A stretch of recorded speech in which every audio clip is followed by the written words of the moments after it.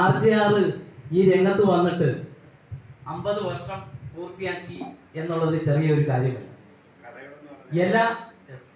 എല്ലാ ദിവസവും രാവിലെ ആ ശബ്ദം വായുവിലൂടെ നമ്മുടെ ഓരോരുത്തരുടെയും റൂമിലെത്തുകയും ഒരു ഗുഡ് മോർണിംഗ് തുടങ്ങി ഒരു ഗുഡ് നൈറ്റിൽ അവസാനിക്കുന്ന ഒരു സൗഹൃദത്തിന്റെ ഒരു വെള്ളിരേഖ നമ്മളിലേക്ക് പടർത്താനും ഈ 50 വർഷവും RJRന് കഴിഞ്ഞു എന്നത് ഏറ്റവും പ്രധാനപ്പെട്ട ഒരു സംഗതിയാണ്. RJR ലൈസൻസ് എടുത്ത വർഷം കേട്ട് ഞാൻ ഞെട്ടിപ്പോയി. കാര്യം അന്ന് ഞാൻ ഇഴഞ്ഞു നടക്കുക. 1974 RJR ഹാം റേഡിയോ ലൈസൻസ് എടുത്തു. അന്ന് RJRന്റെ കോൾ സൈൻ BU2 RJY എന്നായിരുന്നു. ഞാൻ RJRന്റെ അടുത്ത് ചോദിച്ചു, RJR എന്തുകൊണ്ടാണ് ഈ ഹാം റേഡിയോ രംഗത്തേക്ക് വന്നത്? അപ്പൊ RJRന്റെ മറുപടി ഒരുപക്ഷെ പഴയ ഒരു റേഡിയോ സ്റ്റേഷന്റെ ഓർമ്മ എന്നിൽ ഉണർത്തി. ഒരുപക്ഷെ മലയാളികൾ ഇപ്പോഴും മറന്നിട്ടില്ല റേഡിയോ സിലോൺ.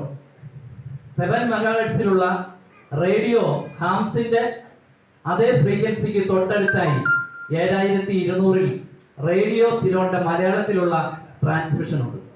ഒരു ദിവസം അവിചാരിതമായി RJR അത് കേൾക്കുകയും ഗുഹൻ മേനോൻ, ഇതിൽ ചിലരെങ്കിലും ഓർക്കുന്നുണ്ടാവാം, ഗുഹൻ മേനോൻ, അതേപോലെ തന്നെ കൊല്ലത്തെ സിംസന്റെ ഫാദർ ഒരു ഹാമായിരുന്നു, ജയറാം, ഇവർ തമ്മിലുള്ള ആന്റിനയെ കുറിച്ചുള്ള ഒരു സംഭാഷണം കേൾക്കുകയും അതിൽ നിന്ന് ഒരു ആന്റിന നിർമ്മിക്കണം എന്നൊരു ബോധമുണ്ടായി.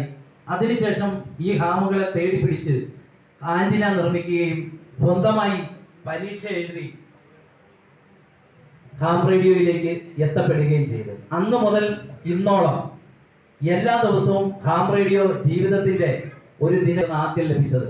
അതിൽ ഏറ്റവും ഒരിക്കലും മറക്കാനാകാത്ത ഒരു BU2 RG നമുക്കറിയാം, മരിച്ചുപോയ ഇന്ത്യൻ പ്രധാനമന്ത്രി രാജീവ് ഗാന്ധി പൈലറ്റ് ആയിരിക്കുന്ന സമയത്ത് 5-6 തവണ രാജീവ് ഗാന്ധിയോട് CW കമ്മ്യൂണിക്കേഷനിൽ QSO നടത്താൻ കഴിഞ്ഞു. RJRന്റെ ജീവിതത്തിലെ ഒരു പ്രധാന ഭാഗ്യമായി RJR അത് കരുതുന്നു. അതോടൊപ്പം തന്നെ ദുരന്തമുഖങ്ങളിൽ ഈ വയസ്സായി എന്ന RJR സമ്മതിക്കുന്നില്ല. നമ്മളും RJRനെ യങ് ബോയ് എന്ന് വിളിക്കാൻ തന്നെയാണ് ഇഷ്ടപ്പെടുന്നത്. RJR പ്രായത്തിന്റെ യാതൊരു ആധിക്യവുമില്ലാതെ ദുരന്തമുഖങ്ങളിൽ എടുത്തു പറയത്തക്കപ്പെട്ട ഒരു കാര്യം, പെരുമൺ ദുരന്തം ഉണ്ടായ സമയത്ത് ഏകദേശം 1 മാസത്തോളം അവിടെ പ്രത്യേക ഒരു സ്റ്റേഷൻ ആയി മറ്റ് ഹാമുകളോടൊപ്പം വർക്ക് ചെയ്യുകയും അത്തരം പ്രവർത്തനങ്ങൾക്കും ഈ 50 വർഷക്കാലത്തിനിടയിൽ RJRന്റെ സാന്നിധ്യം ഉണ്ടായിരുന്നു. അതോടൊപ്പം തന്നെ ആക്റ്റീവ് അമേച്ചർ ഹാം റേഡിയോ സൊസൈറ്റിയെ ശരിയായ ദിശയിലേക്ക് നയിക്കുന്നതിന് അദ്ദേഹത്തിന്റെ ആ അനുഭവം നമുക്കൊരു പാഠമായിരുന്നു. നേരുകയാണ്. RJRനെ സംഘടനയുടെ ഈ ആദരവ് ഏറ്റുവാങ്ങുന്നതിന് വേണ്ടി എല്ലാവരുടെയും പേരിൽ ആദരപൂർവ്വം ക്ഷണിക്കുകയാണ്.